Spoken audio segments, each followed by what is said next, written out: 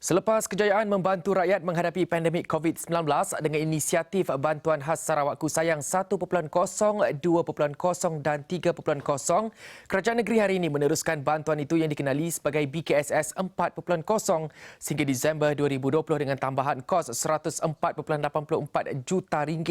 Ketua Menteri Datuk Patinggi Abang Johari Tun Openg berkata, lanjutan itu juga melibatkan 7 langkah yang diperluas di bawah BKSS 2020. The 7 measures are as follows. 1. Electricity bill discount. 2. Water bill discount. 3. HDC rental discount of 50% for residential. 4. One-off RM500 assistance to e-hailing driver and driver instructors. 5. 50% discount for rental of market and stalls. 6. Waiver of permits and licenses fees. And 7. Waiver for rental to SMEs in retail sector operating on premises owned by the state GLCs or statutory bodies.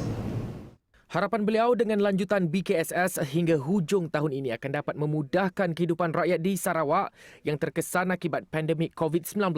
Untuk rekod, sejak 6 bulan lalu, Kerajaan GPS telah melaksanakan 3 edisi BKSS yang berjumlah RM2.55 bilion.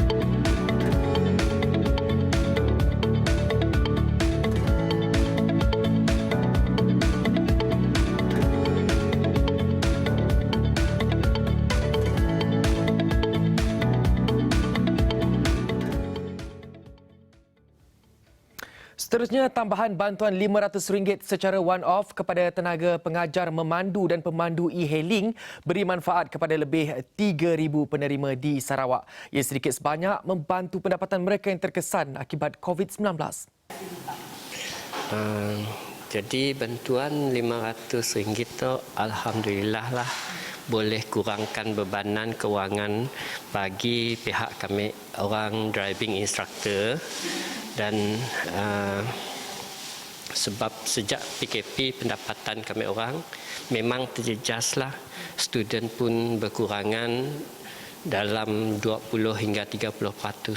Baguslah sebab kan kini itu kamu pun ekonomi memang si bapa nak bagus nak. Jadi nya sebab sikit dapat membantu juga lah kamu pun ekonomi juga. Macam ni kita terkesan sejak PKP yang boleh kita ceritakan. Waktu PKP kamu orang kan si buka situ, jadi duit yang memang saya dah jual lah, duit yang income untuk kamu orang ya memang saya dah lah.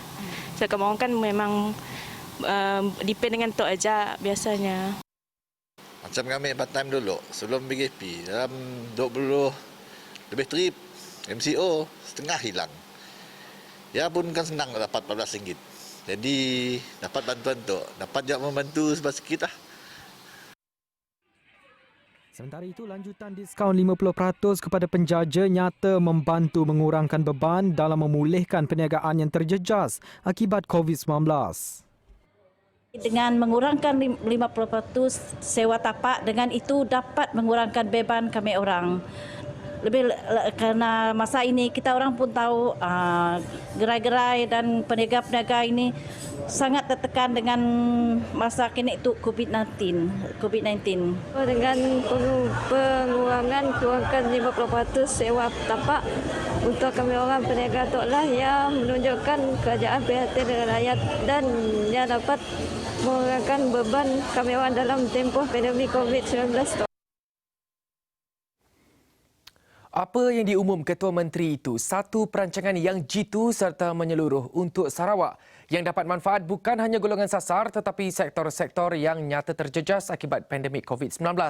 Pandangan itu diutarakan pensyarah Fakulti Ekonomi dan Perniagaan Universiti Malaysia Sarawak UNIMAS, Profesor Madya Dr. Ivan Lau.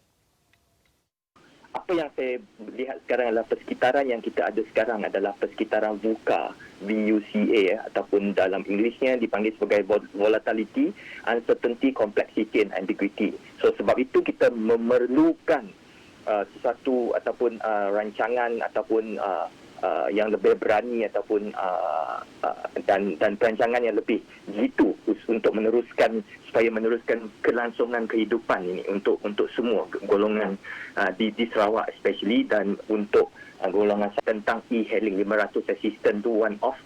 Itu adalah penting juga sebab bukan saja daripada sektor yang ini, antara sektor yang paling terjejas, sektor pelancongan. So mereka juga terjejas. Melihat dari sisi politik pula, jelas Profesor Dr. Evan, inisiatif ini tiada kena-mengena dengan pilihan raya negeri akan datang. Bukan dedak yang ditabur untuk dapatkan undi rakyat, tetapi lebih kepada mencari jalan penyelesaian.